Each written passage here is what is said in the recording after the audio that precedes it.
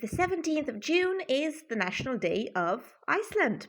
The island was initially settled by Nordic seafarers, mostly from Norway, in the late 9th century, also Celtic population included. The Book of Icelanders, or Icelandic Bók, states that people settled in Iceland in about 870 to 930 AD. A second source, Landnámabók, the Book of Settlements, dating from the 12th century, states that the first permanent settler, Ingólfur Arnarson, came from Norway in 874, and he named the place where he settled Reykjavik, so the capital city. Iceland was independent until the year 1262, when an agreement was made for Iceland to become part of the Norwegian crown. This was the result of a period of political turbulence in the country known as the Age of the Sturlungar. In 1380, Iceland transitioned from Norwegian rule and became a Danish colony. It remained so until it became a sovereign state in 1918. In 1602, Denmark monopolized all foreign trade in Iceland. The Danish crown continued to increase its hold on the island over the years, including on a constitutional level.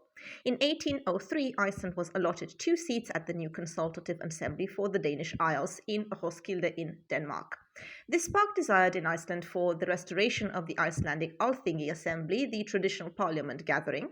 And in 1874, the king actually presented Iceland with a constitution whereby the Alþingi had the legislative power in internal affairs. However, the cabinet minister responsible for Iceland was the Minister of Justice in the Danish government. In 1918, Iceland became a separate state under the Danish crown, while only foreign affairs remained under Danish control. This was when the Act of Union with Denmark was signed. There was a clause in the Act that changed the relationship that Iceland had with Denmark. First, in 1940, Germany occupied Denmark and this union dissolved.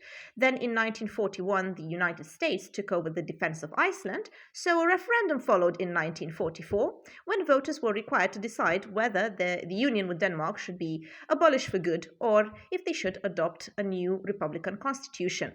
There was a 98% vote in favor of both measures, so the country then became fully independent from Denmark.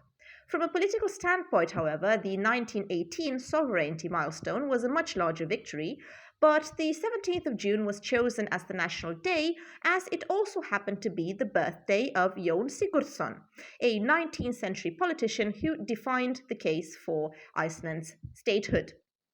The main ceremony is in Reykjavik's Austurvöllur Square outside the Alþingi Parliament, with a speech held from the Prime Minister and a parade led by the Scout movement, as Iceland has no military.